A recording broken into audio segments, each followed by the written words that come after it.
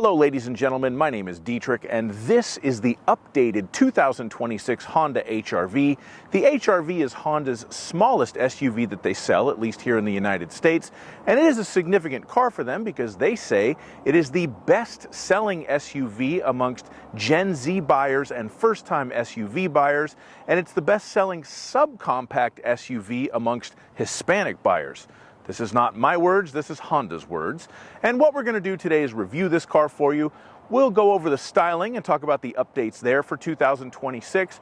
We'll look at the powertrain, we'll measure out the cargo space, check the passenger room, and look at the updated interior features, and of course the safety features on this vehicle. And as always, if some of that sounds interesting and some of it doesn't, check the slidey bar right down below me for timestamps. So we're going to start by talking about the styling, which I think is probably one of the main reasons why most people are attracted to this car and end up buying it. And it's probably for that reason that Honda didn't really change too much for the refreshed 2026 model. These pewter 17-inch alloy wheels are a new design for this base model LX HR-V.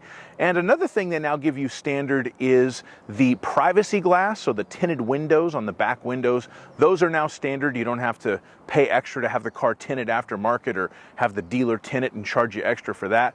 I do like that. That's a nice feature. I have always thought that this second generation HR-V is a very nice looking subcompact SUV. I like the LED lighting front and rear for the running lights. Those are standard as well. The tasteful little ducktail spoiler in the back, that's a nice touch. So overall, it is a very nice looking small SUV, which is probably why Honda didn't change it that much. Of note, there are a couple of new paint colors available for the 2026 model year. You do have Boost Blue Metallic and Solar Reflection. Those are new colors, but not on this particular one. This is just classic modern steel, which is always a nice looking color. One place where Honda made no changes for 2026 was under the hood. We still have the same 2-liter inline 4-cylinder, no turbo, dual overhead cam, 158 horsepower and 138 torque. That is hooked to a CVT transmission. All-wheel drive is optional on the HR-V, although this particular example is not equipped with it. That is an unimpressive collection of numbers and attributes anywhere in the automotive world in 2026. Really wouldn't have even been that impressive in 1996, to be honest with you. And the other thing that's unimpressive is the fuel economy. This is the best rated version of the HR-V as far as fuel economy goes, and even with only 158 horsepower, no turbo, front wheel drive CVT, it's only rated at 32 miles per gallon. And that's something that's always stuck in my craw about this car because it's really not fast. You wouldn't expect it to be with those kind of numbers, but it doesn't get the fuel economy that you would expect. And I do fuel economy tests on the cars that I review. They're not super duper scientific, but I do them. I'll put links in the description. And when I reviewed this car in 2023, when it was brand new on an EXL model, it got a little bit better than its EPA rating, but not very much. It didn't even beat it by 1 mile per gallon. This LX model did do much better. So just based on that, I like this car more. I don't know if it was just the test conditions the night that I ran it, or if it's that this one weighs a little bit less because it's got less equipment. Whatever it was, this one did beat its EPA fuel economy rating, and when it goes live, I will put a link to the fuel economy test in the description so you can check that out. All right, now we're going to measure out the cargo space. So we're going to open this up, get the laser tape measure, and get to work. The length of the rear cargo area from the back of the cargo area to the back seat is 2 feet and 8 inches. The maximum width of the rear cargo area from right here to right here is going to be 4 feet and 7 inches. The minimum width of the cargo area from there to there is going to be 3 feet and 4 inches.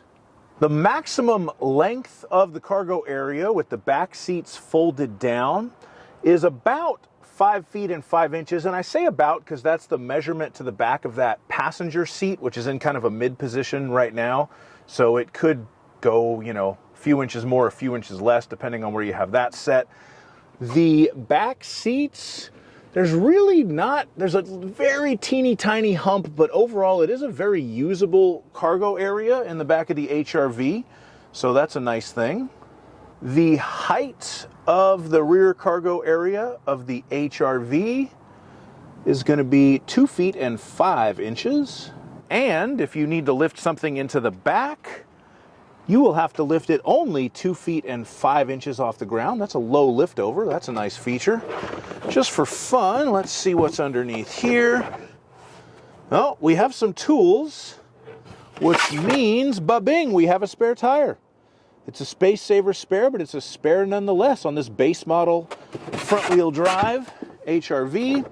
And if you ever wonder what that gray funnel is for, if you have one of these cars and you see that in the back, what that's for is on modern Honda products, you have the capless fuel filler system. So if you ever run out of gas and you need to like pour gas in from a gas can, you use that gray funnel to do it, and then you could put gas into your car. So that's what that's for. And that is the cargo area in a 2026 HRV. Now we will move on to the passenger space, and for this measurement I use myself. I'm 6'5", so let's see if I can sit behind myself in a Honda HRV.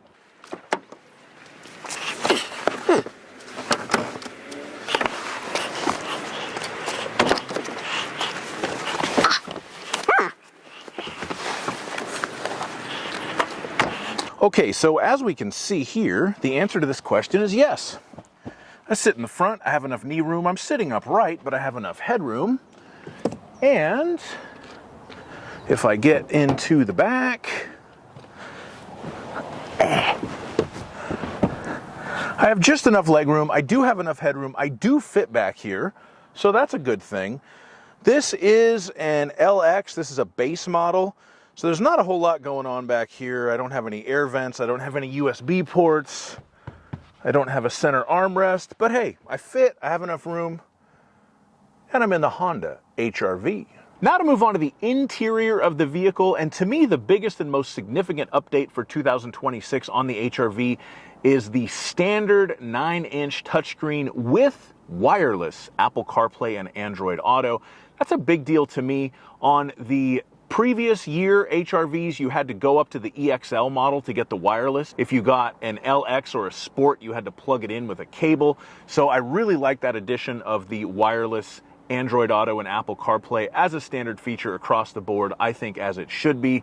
So that's a cool upgrade there. And they didn't just take the old screen from the EXL and put it in there. The controls are a little bit different, and it's got a faster processor. So it's very responsive. It's a very nice touchscreen, and really makes the car feel modern, and it's nice they give you that for no extra charge. They also added wireless charging as a standard feature on the LX model. So if you forgot a cable, or if you just want to make your phone hot as opposed to actually charging it, the wireless charging is available.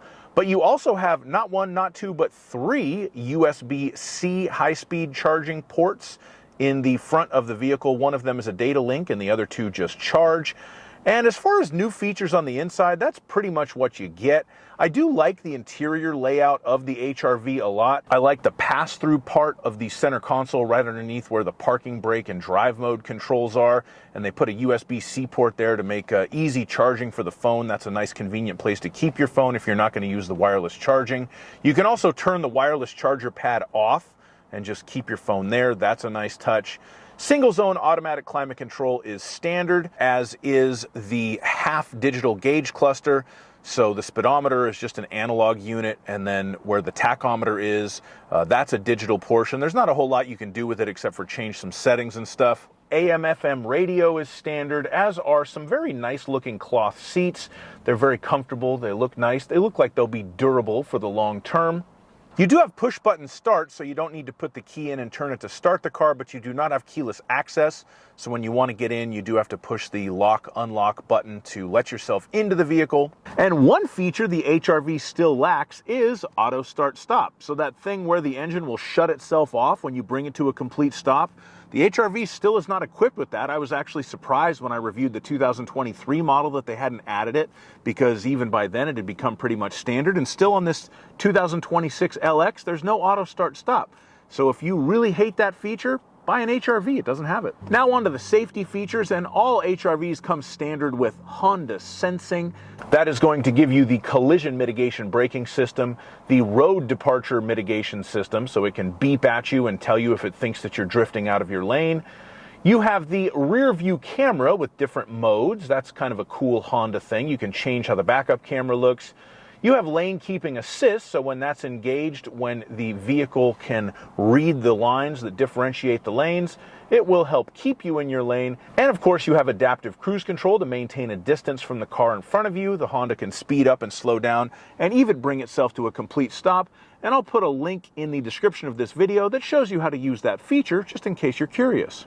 Thank you so much for watching my review of this 2026 Honda HR-V. I have to be honest, this is still not my favorite car in the class, but the combination of the 9-inch touchscreen on the base model with the wireless Apple CarPlay, and just the fact that this one did a little bit better in my fuel economy test than the 2023 model that I tested, do make me like this one more. So I've been happy with my time with this car. If you have one of these, please leave me a comment. Tell me what you like about it or what you don't like about it. And as always, please like my video, subscribe to my channel, and have a fantastic day. Bye-bye.